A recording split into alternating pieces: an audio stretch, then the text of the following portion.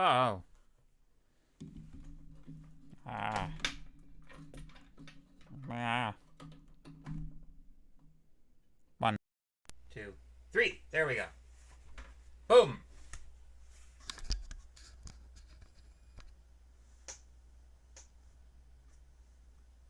Good morning, fancy meat computers.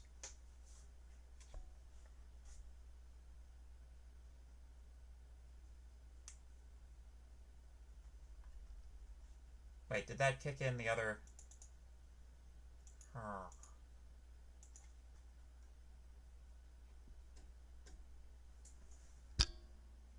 Yeah, now it's using that guy's mic. I mean, clear.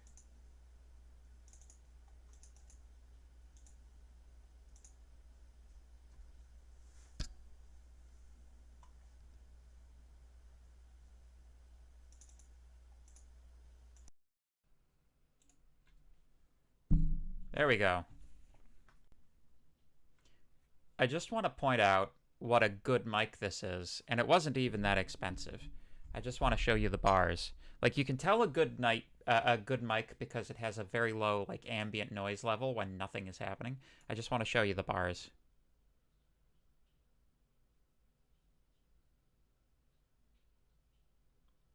See? Practically no bars at all.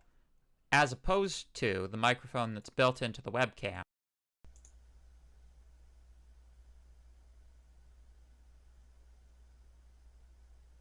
See? Yeah.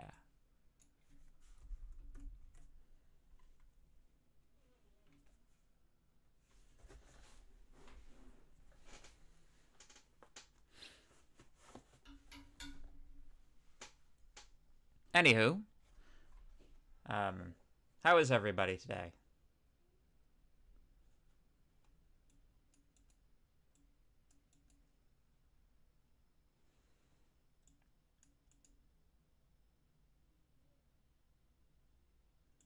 Good morning, Brandon.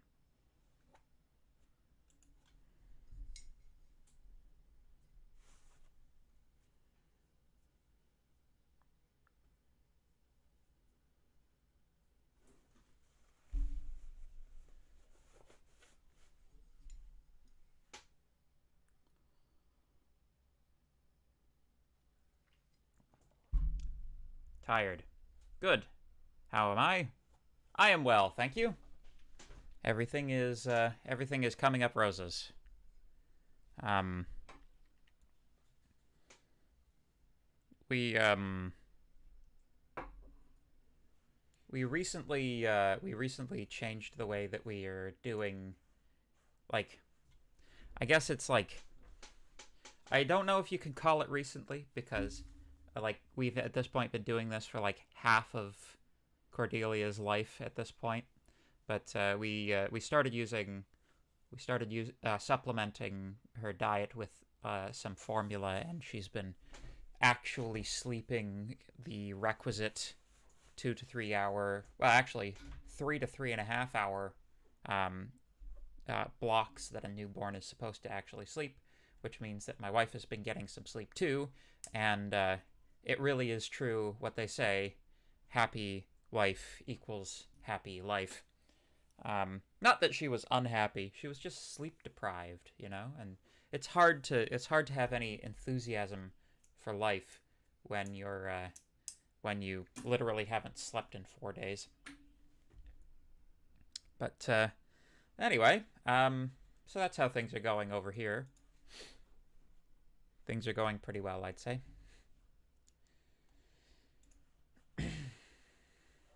So,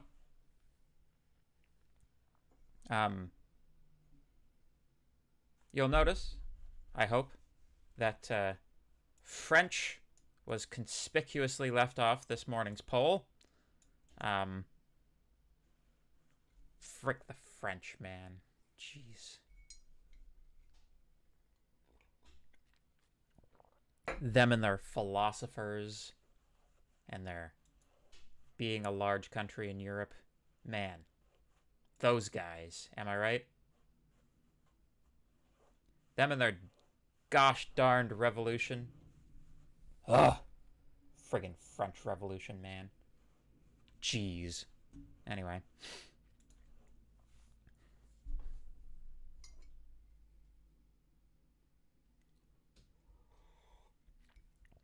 Almost everything terrible about the modern world originates in the French Revolution. There, I said it.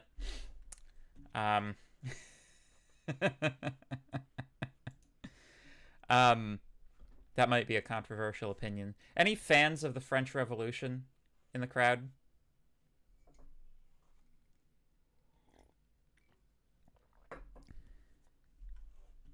Anyway, should probably get on to our lecture material today. So, in the interest of just keeping you up to date on things, you love the French Revolution. You should read about more revolutions. I am working currently on producing the grading scheme for the midterm for the TAs. I'll have that out today, and they should have, as of the TAs receiving that, they will have a week to get the marks done for the for that.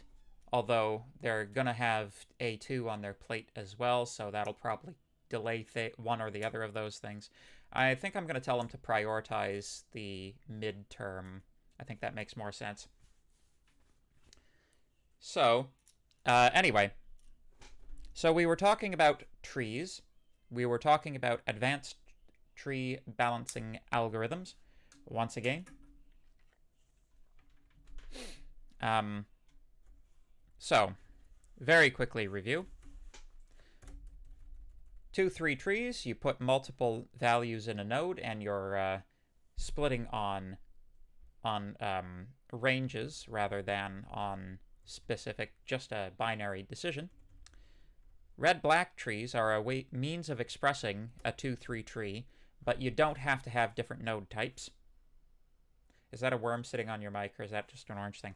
No, it's a little guy. Look. See? He's just hanging on there.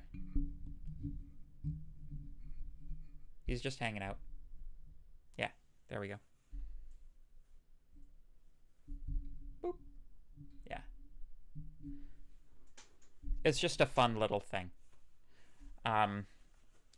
This is the type of thing that you get when you have craft supplies in the house. So, yes, red-black trees they combine the benefits of 2-3 trees with the benefits of not having complicated the BST structurally all that much. Which is good. We were just in the middle of talking about how one goes about insertion procedures over these things. So this is the slide we were on, and we're going to go to the next one. So let us consider inserting a node at the bottom, number 2. Case number 2, insert a 3 node at the bottom. So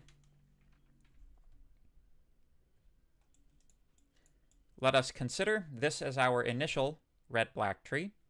We are inserting P, so you'll notice that we have a red link on our root node, which means, of course, if anything gets added to it, that root node will become expanded, and it will increase the size of the tree.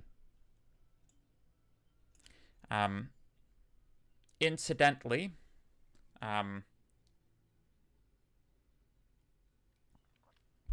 while this tree might look very unbalanced, right? You've got like 5 nodes over here to only 1 node over there.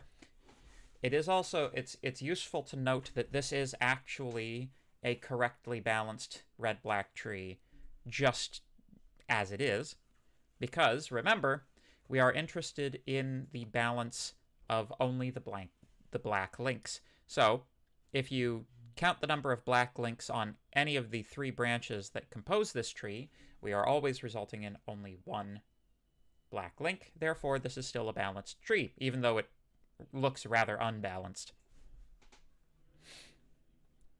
So we wish to insert P right here. The first thing we do is add the node in the normal fashion with the red link. You'll notice that this produces an M node, which has 2 red children.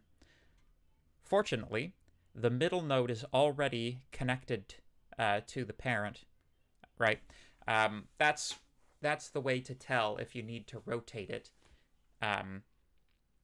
Given the two red links, is it the middle link, or is it the middle node of those two red links that's connecting up to the rest of the tree? In this case, it is. So we just simply perform the color swap operation. These two these two links become black, and the red link is transferred up. So I'd just like to point out, at every step here, we are still maintaining the red-black tree property of perfect black link balancing. Even in this intermediate step, you'll notice that if you count the number of black links on any branch, it's still just equal to 1. Okay, fine. Well, we now have another set of 2 black links which are adjacent. The thing that we want to do now, of course, is to decompose this unstable structure into, whatever it decomposes to. This is going to require some rotation. The first thing that you want to do is you want to straighten it out, so you want to move this M into the E position and put the E, like, sort of shift it down like that, right? The reason it's called rotating is because, like, if you sort of imagine, like, if you imagine these guys as being on a big wheel, right, then you rotate that wheel X number of degrees, and that, that pops things into the correct position. That's the physical analogy. So anyway, we want to rotate E and M. We want to left rotate them. This results in the following.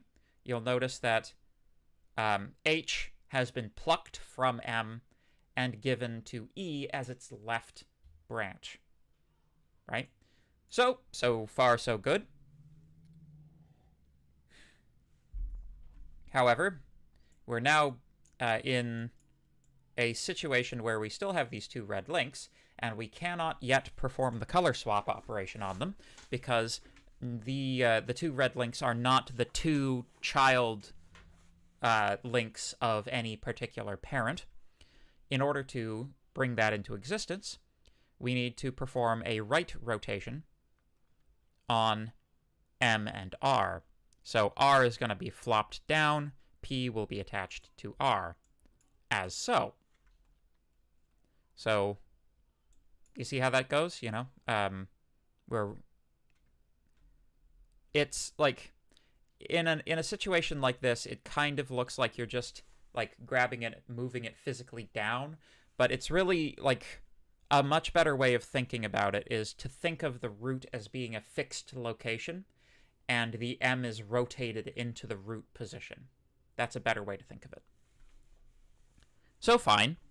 Again, you'll notice that perfect black balance has been maintained, yet still, we have we now have a node with 2 child nodes that are both red. Therefore, we can perform the color swap operation. Because this is the root node, there is no parent link to color, so they just both turn black. And you can see that perfect black balance is still maintained. Binga banga boom. So,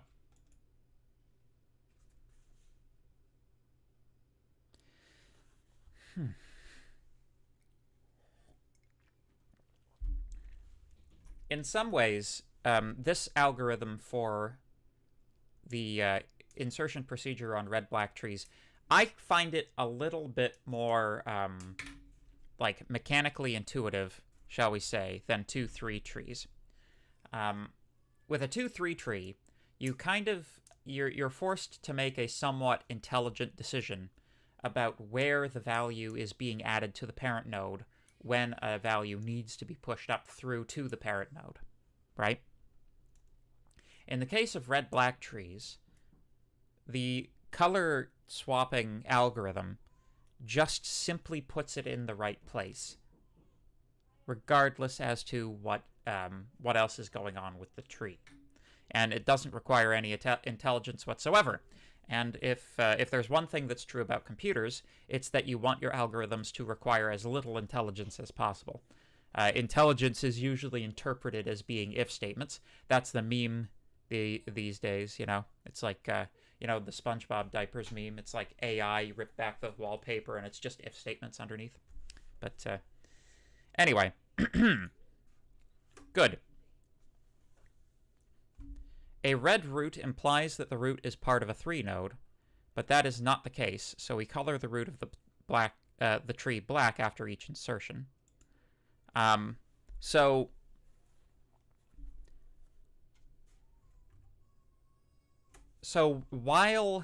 this is kind of a tricky point.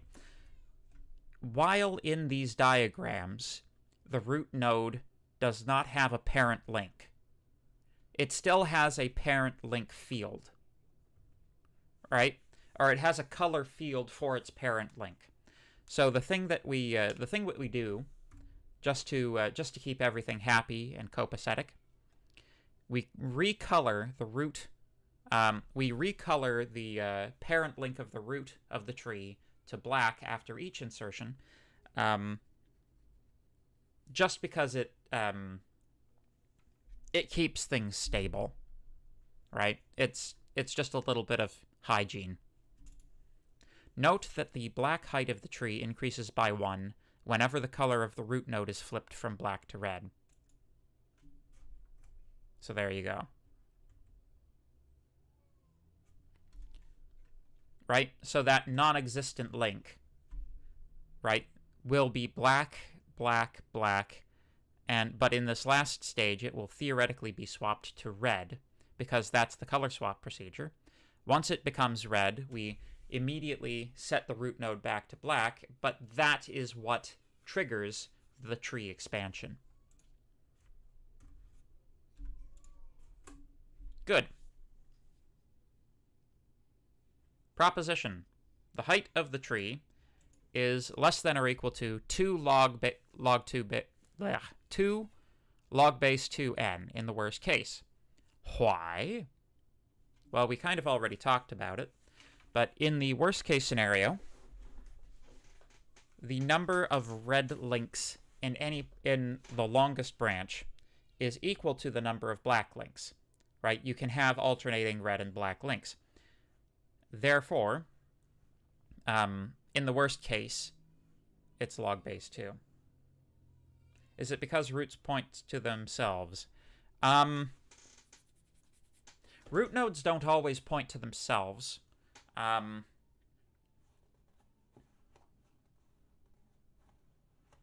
It depends on the implementation.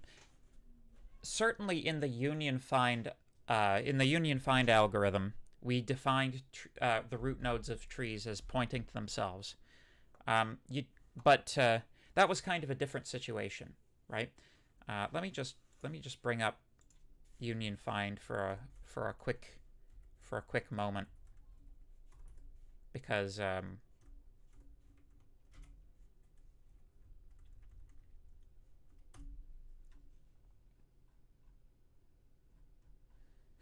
yeah. So let's just examine union find for just a moment, right?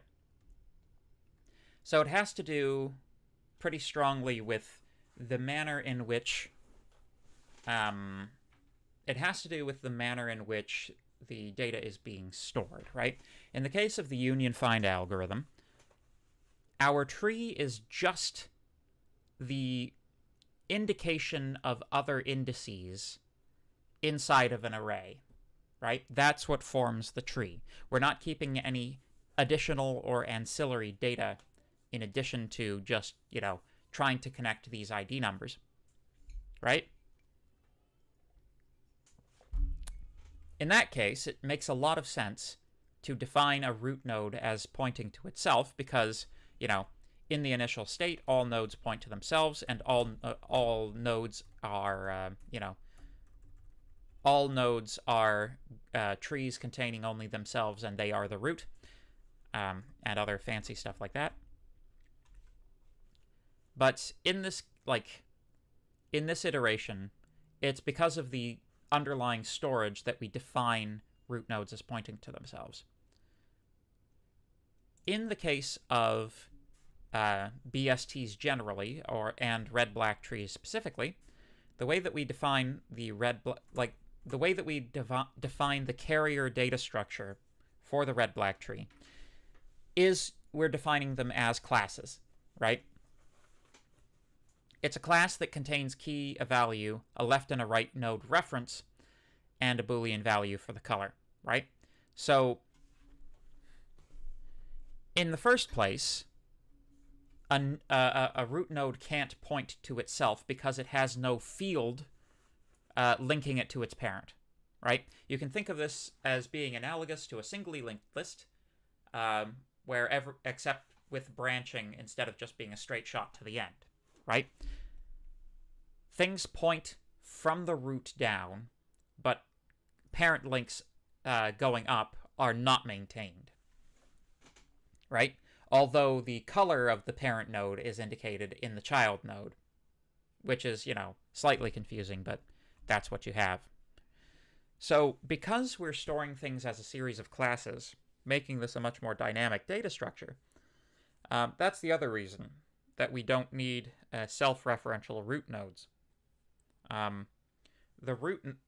So it's sort of in the same way that a linked list, the first node of the linked list, is typically indicated by the, the pointer to the structure itself, right?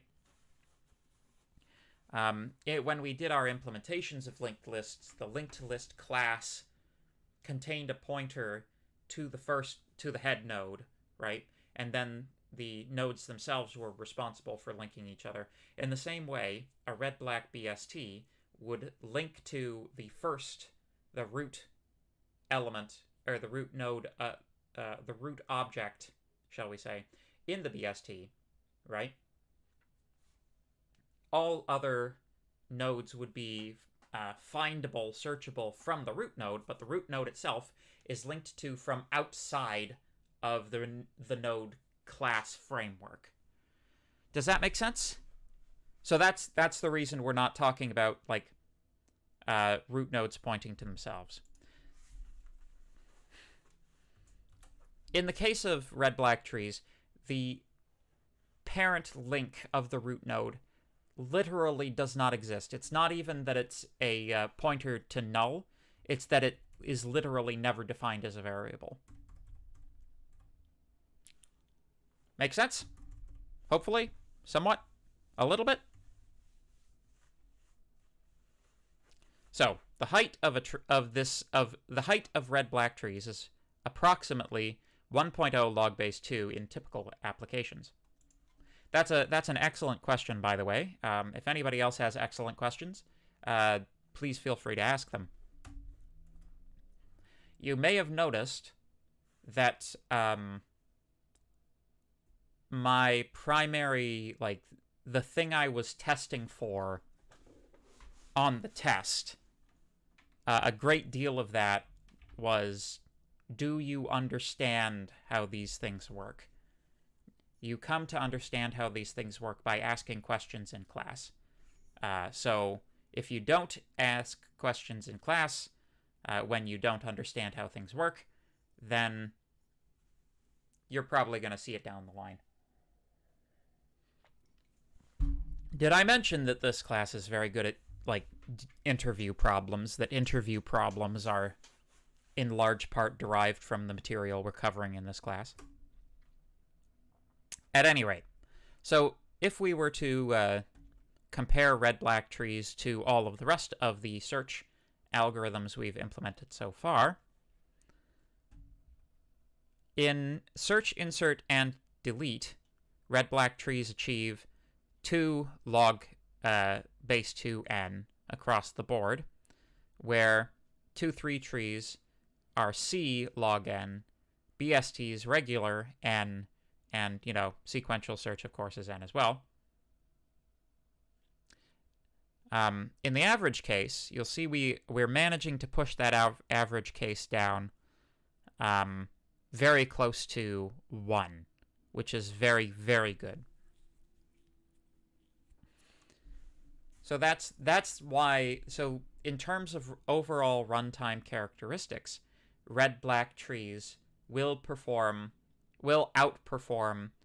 2-3 trees, BSTs, binary search on an ordered array, and sequential search of an unordered list. So question, does that mean after you rotate some node to the root node, you need to remove that node's parent pointer? Nodes don't have parent pointers, right? Let's go back to the class again. There's no field for a parent link here. There are only fields for left and right. Right? So only the child nodes have links. Right? What you need to do, right? So if you imagine a class encapsulating the BST nodes, or, the red-black tree nodes, right? The red-black tree class. This class will have a pointer to the root node, right? That will need to be updated. Because after you perform a left or a right rotation and change which node is the root node, whatever is linking to this tree will be linking to the root node, so that reference will need to be updated. But it's not something you do inside of the nodes of the tree themselves. Does that make sense? Hopefully.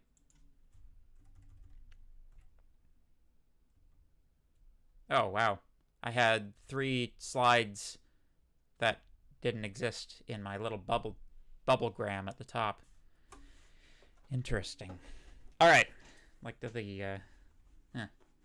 Okay. So, moving right along. Well, let me just, if you're good with that, give me a thumbs up. Okay? Will we go over insert in tutorials? I think I need to go over it again to figure out what's going on. Yes, the tutorial for this week, I believe, does have some exercises on insertion on red-black trees. Let me just take a quick sneaky peek at that.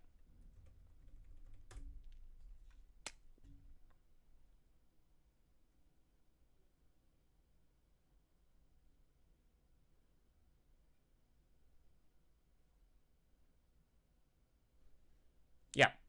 You'll be practicing insertion on red-black and 2-3 trees and binary search trees in tutorial. Good. So, question. Why is red-black tree faster than BST? They look similar. Balancing. Balancing, my friend.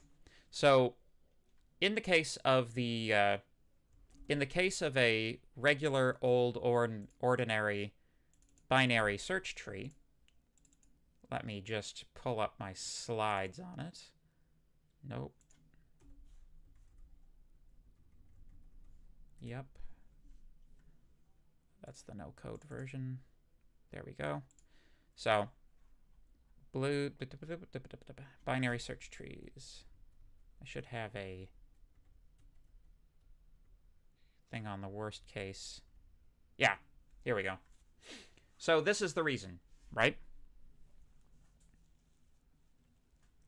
The structure of a ordinary binary search tree is highly dependent on the order in which the elements are added. Therefore, you have a pretty wide range of best to worst case scenarios inside of a binary search tree. The best case for any tree is for that tree to be complete, right? In this case, the length of each branch is actually log base 2 of the number of nodes in the tree. typically, you'll have some branches that are not complete. So your sort of typical runtime or your typical search time will be still proportional to log base 2, but, at some ratio. But in a regular old binary search tree, there is nothing preventing the worst case scenario from happening. The worst case scenario is every element is in a line, right? 1, 2, 3, 4, 5, 6, 7, 8, 9, all in a straight line. So the search time, if you had to search this whole thing right to the bottom, is actually no better than searching an array or a linked list, right? Because everything is linear. In fact, one might say that it's worse. Like, this case might be worse than than just searching an array. With an array, all you have to do is test each element to see if it's the one you're looking for. With the binary search tree, at each of these nodes, you have to make a decision about whether you're following the right or the left path, right? It takes more computation to make that decision than just test to see if it's the one you're looking for, because you have to do that as well anyway, right? So, since that's your worst case scenario, the tree balancing algorithms, like, because we're expanding equally from the root node, we have some structural guarantees that that this tree can never become this linearized mess, right? It always has to maintain something pretty close to a complete tree. In the case of a 2-3 tree, you actually get a complete tree each time. In the case of a red-black tree, if you consider only the black links, you get a complete tree. But, there will be a certain degree of raggedness, but it's worth, generally, red-black trees are worth the extra length here on some of the branches because it simplifies the node structure versus a 2-3 tree. Makes it faster. So, excellent question. Is the factor of 2 in the height of the tree because only black links are counted? No. It's because in the worst case scenario, it's like red, black, red, black, red, black, red, black, red, black. So the number of links total in the branch is, like, at maximum around, well, actually, it would be 2. If B is the number of black links, the number of total links in any branch at worst is 2B plus 1, right? Because you can have red, black, red, black, red, black, red, and end on a red one. But, we usually throw off the 1. So that's why. Good. Wonderful. So let's talk about B trees. I have to say, all right? I just have to put it out there.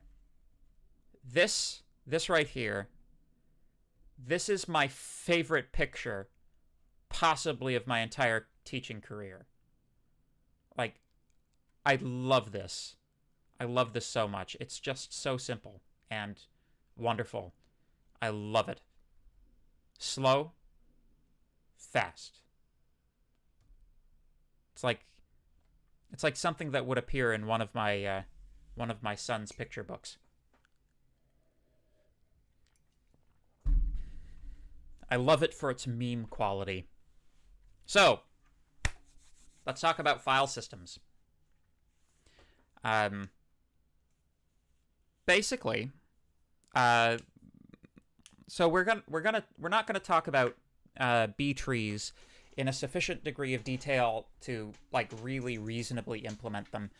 This is more an addendum. This is an appendix to the search tree portion of this course, to sort of inform you about how these things have actual applications inside of file system, operating system structure.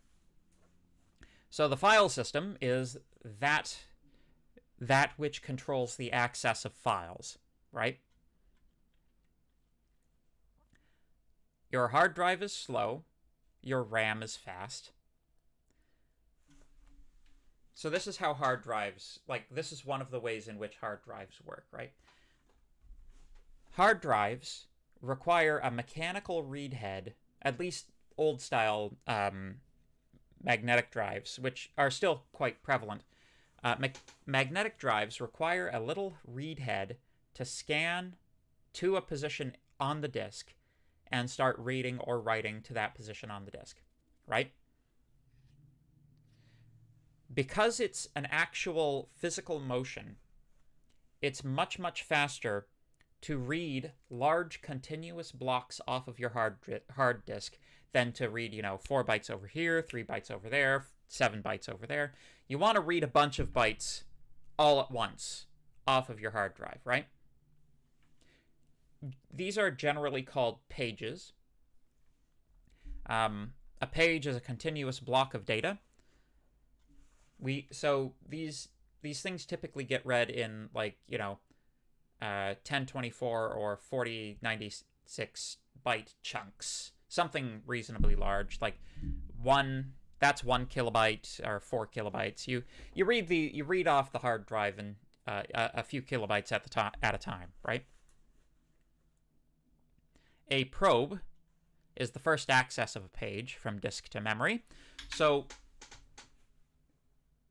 when the operating system requires information from the hard drive, it pulls that information in a big chunk, stores it in RAM, right, so that it can access that chunk much more quickly, right? In general, the time required for a probe is much larger than the time required to access the data within a page. So to probe is to pull it off the hard drive, pull a page off the hard drive, store it in RAM, and after that, after the first probe, it's in RAM so we can read it much more quickly, right? When studying algorithms for external searching, we count the number of probes or page accesses. Therefore, we wish to minimize the number of probes. Right? Because page access or probing your hard disk takes so much time, this is now our important timing metric, rather than just raw instructions. So, the B tree generalizes 2-3 trees and is a multi-way balanced search tree. B trees are used primarily, and particularly, for searching external file systems. Hard drives count as external, even if they're inside your computer. This is external with respect to the primary memory systems, or the the CPU/RAM combo, shall we say. A B tree of order M allows up to M-1 link key pairs per node, where a link is the address of a page rather than a symbol table value. We can choose a very large M, though it must be an even number. For example, we can pick M as 1024 or something large like that. So it's like a 2-3 tree, except the number of values you can have in a node is over 1,000, right? We maintain at least 2 key link pairs at root, at least M divide by 2 key link pairs in other nodes. External nodes contain client keys and have references to actual data. Internal nodes contain copies of keys to guide the search. So external nodes are, in this case, leaf nodes. Internal nodes are, root and everything that's not a leaf node. And if you remember, since this is a generalization of a 2-3 tree, all of your external nodes will be equidistant from the root node. In a B tree of order 4, each node has at most 3 and at least 2 key link pairs. So here we go. This is what a B tree looks like.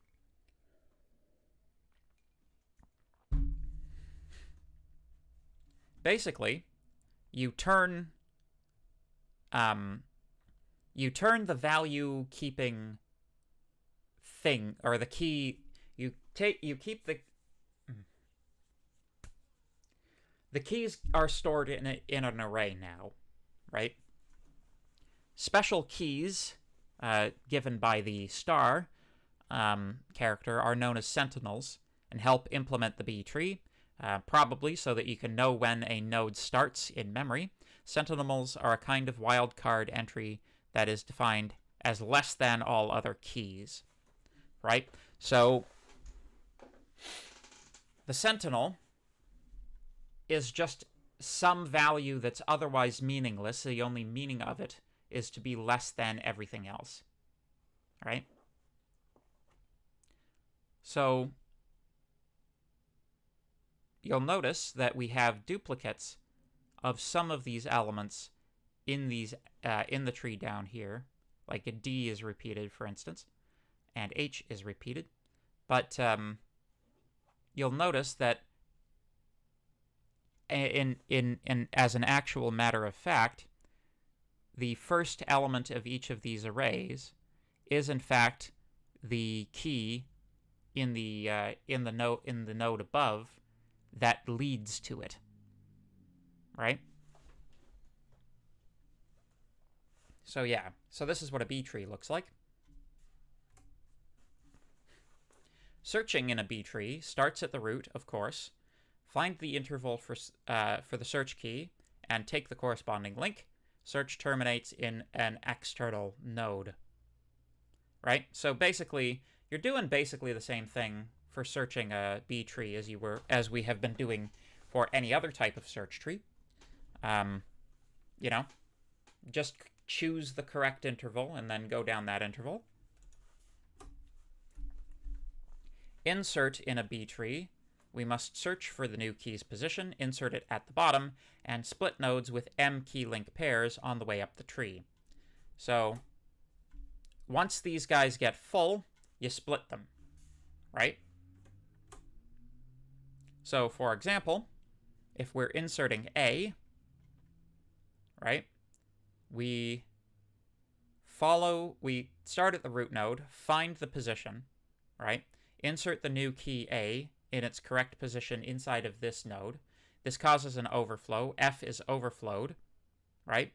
The new key A causes an overflow and split, right? So this guy gets split in half, and the middle element is added to the root node. New key C causes overflow here, and we split again. So the middle element is taken, and you know, we have the split and expansion in the same way that we have other balanced search trees. The root node causes a new the root split causes a new root node to be created, and the rest of the elements are divided between the two, divided in half, and sent either way. Make sense? In the case of B trees, because the size of the array in overflow state is always known, because the size of the array is fixed by what the what n is for the B tree. In some cases, m is 1024 as stated. You can always access the middle element in constant time, because it's always going to just be half whatever the maximum is, right? Good. So, any questions about that? Can I get a thumbs up?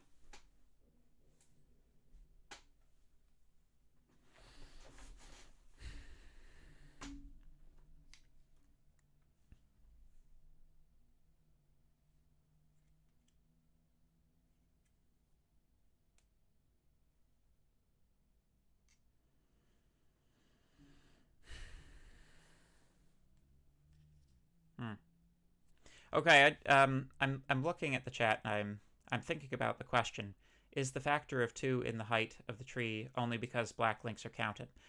I'd just like to clarify one thing about red-black trees before we leave the subject. while it's, the important property that we've been maintaining is perfect black balance, right? Which means that we sort of don't consider the red links when testing the thing to see if it's balanced or not, shall we say. That does not mean to imply that red nodes do not contain possible, valid search results. It does not mean that they do not guide search, If you take a red-black tree and ignore the color factor entirely, what you are left with is a regular BST where your search operation occurs just the same way as it would regularly. Like, red links and red nodes still count, right? They still count for searching purposes. We just don't care about them when we are, like, considering whether the tree is balanced or not, if that makes sense. Good. So, question. Is the structure of each node an array? Yes. Yeah. Yeah, the nodes now contain arrays. Yes. Good.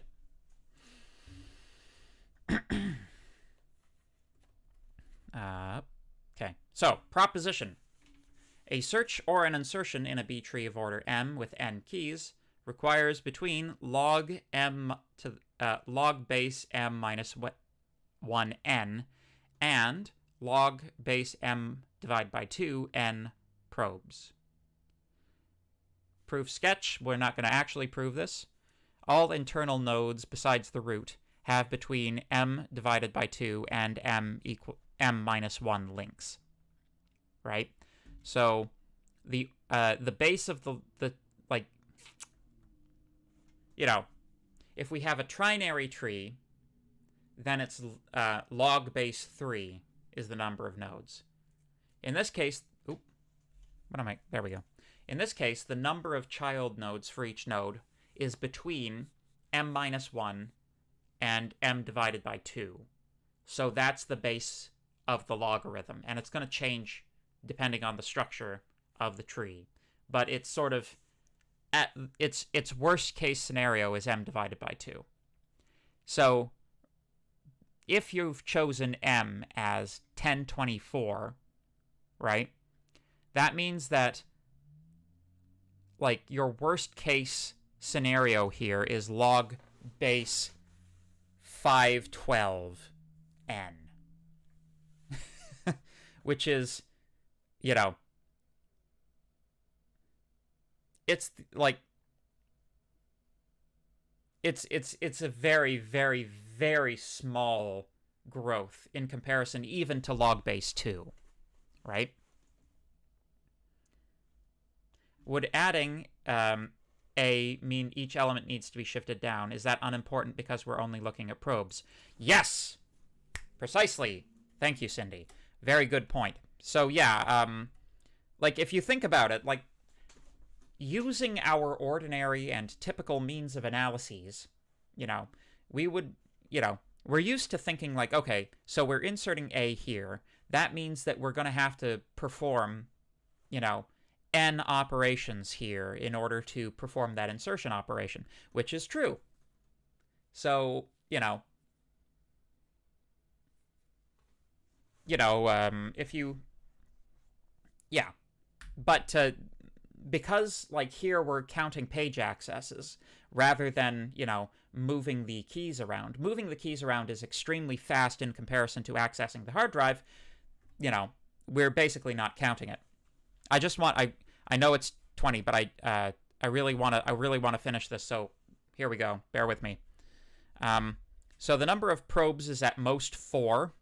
For instance, m equals, if you take m as 1024 and n as 62 billion, then the number of probes that you need is still less than 4, which is pretty amazing. And you can always keep the root page in memory as an optimization step. That reduces the number of page accesses you need at most to 3. So this is like very, very fast. You can organize a very large amount of data using these things. So applications. Red-black trees are widely used as system symbol tables. So java.util.treemap or java.util.treeset, C++ STL maps, map, multimap, and multiset, and in the Linux kernel. The Linux kernel's completely fair schedule uses red-black trees, as well as Linux/rbtree.h. There are some variants on B trees, B plus trees, B star, and B sharp trees. B trees and variants are widely used for file systems and databases. Windows NTFS uses it. Mac's HFS and HFS Plus uses it. Linux, all of Linux's various file system formats use it.